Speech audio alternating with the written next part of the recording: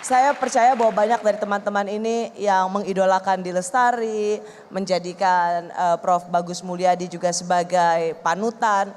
Tapi seringkali juga kita punya banyak orang di sekitar kita yang bisa menjadi inspirasi kita.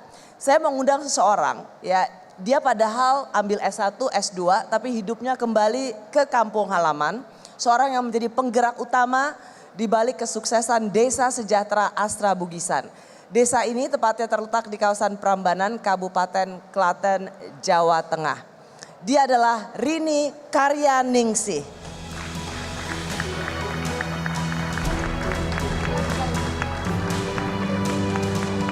Mbak Rini langsung dari Klaten ya? Iya, betul Kak. Dari Klaten ke Gading Serpong. Iya, tadi turun di Gambir gitu. Mbak Rini coba terangkan dulu, Mbak Rini ini alumni apa? Alumni dari mana maksudnya? Oke, saya itu tinggal di desa tetapi saya alumni dari UGM. Wow. S1 saya jurusan peternakan, S2 saya jurusan Fakultas Ekonomi. Jadi tidak ada on track-nya. Lintas fakultas seperti itu Kak. S1 peternakan UGM, S2 ekonomi UGM. Iya, betul. Kenapa kembali ke kampung untuk menjadi penggerak desa wisata? Karena saya tinggal di desa Bugisan tepatnya. Desa Bugisan itu kalau saya melihat potensi luar biasa, apalagi sudah given kita ada candi gitu, Candi Pelausan. Tetapi candi itu belum berdampak pada masyarakat sekitarnya, Kak Rosi. Jadi kita tuh sebagai penonton, tamu yang datang ke candi aja, kita nggak ada dampak apapun dari banyaknya tamu yang datang ke desa Bugisan. Dan kamu menolak kondisi itu, menolak untuk sekedar jadi penonton. Iya betul. Dan muncul gagasan saya bagaimana ketika kita bisa berkolaborasi dengan masyarakat lokal untuk membangun perekonomian lokal itu lebih maju dengan adanya yang sudah given warisan budaya itu yang ada di Bugisan gitu. Mbak Rini saya mau tanya, dengan S2 ekonomi kenapa kamu nggak mencari perusahaan besar? Kenapa memilih kembali ke desa sejahtera? Kamu kan bisa saja melamar di... Iya, awalnya seperti itu. Saya tidak seperti mahasiswa pada umumnya. Saya setelah lulus itu mencoba mendaftar berbagai company ya, nasional maupun multinasional gitu. Tetapi memang dari situ banyak sekali peristiwa. Ketika saya mendaftar ini nggak diterima. Dan banyak penolakan. Banyak penolakan dan itu levelnya sudah seleksi akhir, wawancara seperti itu. Nah, padahal untuk level S2 loh. Iya, ya itu mungkin menjadi keresahan kita semua setelah kita lulus, mendaftar, kemudian tidak diterima di berbagai perusahaan besar. Terus akhirnya saya sempat down juga Kak Ros. Nah dari situ mulai bangkit karena dukungan juga dengan orang tua.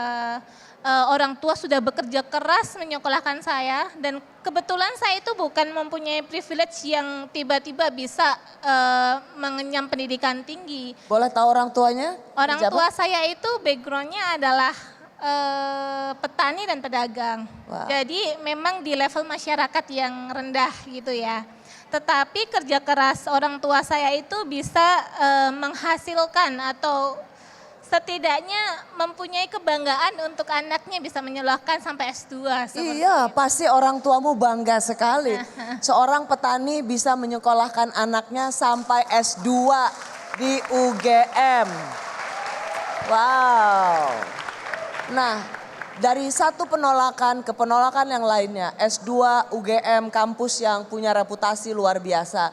Akhirnya dalam situasi seperti ini, kamu memilih untuk kembali pulang kampung aja, membangun desa atau gimana? Iya, sebenarnya relate dengan apa yang disampaikan oleh Kak Di ya. Bahwa kita lulusan tinggi S2, S3 itu tidak harus terbang tinggi. Banyak keuntungan kalau kita terbang rendah. Nah dari situ saya mulai belajar Bagaimana walaupun saya tidak bekerja dengan benefit ekonomi yang tinggi, tidak menghimpun kekayaan pribadi, itu saya bisa nggak sih berdampak pada banyak orang, terutama desa saya itu banyak kasus-kasus kemiskinan, banyak sekali isu-isu yang memang desa kita di pinggiran. Gitu. Apa yang bikin, jadi ngelihat desanya hanya sebagai turis datang kan ke Prambanan. Tapi kemudian ya datang foto-foto pulang, tidak berdampak pada warga sekitar. Iya. Kamu menjadi penggerak untuk membuat desa wisata supaya masyarakat di sekitaran desa Prambanan itu, di Desa Sejahtera Bugisan itu namanya ya, di Klaten, bisa menerima manfaat dari para turis yang datang. Apa yang Mbak Rini lakukan waktu itu? Ya. Dari situ Kak Rosi, sebenarnya saya itu melihat banyak sekali aktivitas yang masyarakat lakukan itu unik. Yang mungkin menurut kita itu adalah aktivitas yang sederhana. Tetapi saya melihat itu potensi wisata itu tidak melulu kepada destinasi-destinasi yang memang sudah terbentuk dengan wah. Justru kesederhanaan aktivitas masyarakat lokal itu yang saya angkat untuk menjadi daya tarik wisatawan yang masuk ke desa. Di desa saya itu banyak petani lokal, aktivitasnya menanam, memanen, dan itu kami berembuk ya, mendiskusikan itu kepada RT, RW, Karang Taruna khususnya, untuk bagaimana potensi-potensi yang ada di desa itu dikemas supaya menarik dan mendatangkan wisatawan yang belajar ke desa kami kayak gitu. Oke. Dan akhirnya itu menjadi sebuah paket-paket wisata yang berbasis pada pengalaman lokal, autentiknya ada. Apa yang Mbak Rini uniknya bikin? ada. Yang otentik tuh apa kalau wisata di desa tuh? Nah, banyak sekali. Kami karena memang base-nya adalah budaya ya Kak Ros. Kami ada gerobak sapi, kemudian ada andong, kemudian memasak makanan lokal, kemudian membuat emping. Kami punya berbagai UMKM itu ibu-ibunya banyak yang membuat emping. Terus beternak, kemudian banyak kerajinan-kerajinan kayak memahat batu, dan itu menjadi uniknya dari desa kami kayak gitu. Dan itu memberikan impact. Dan impactnya sekarang tidak hanya ke desa itu aja, tetapi juga di sekitaran lingkungan itu pun juga kena impact seperti itu.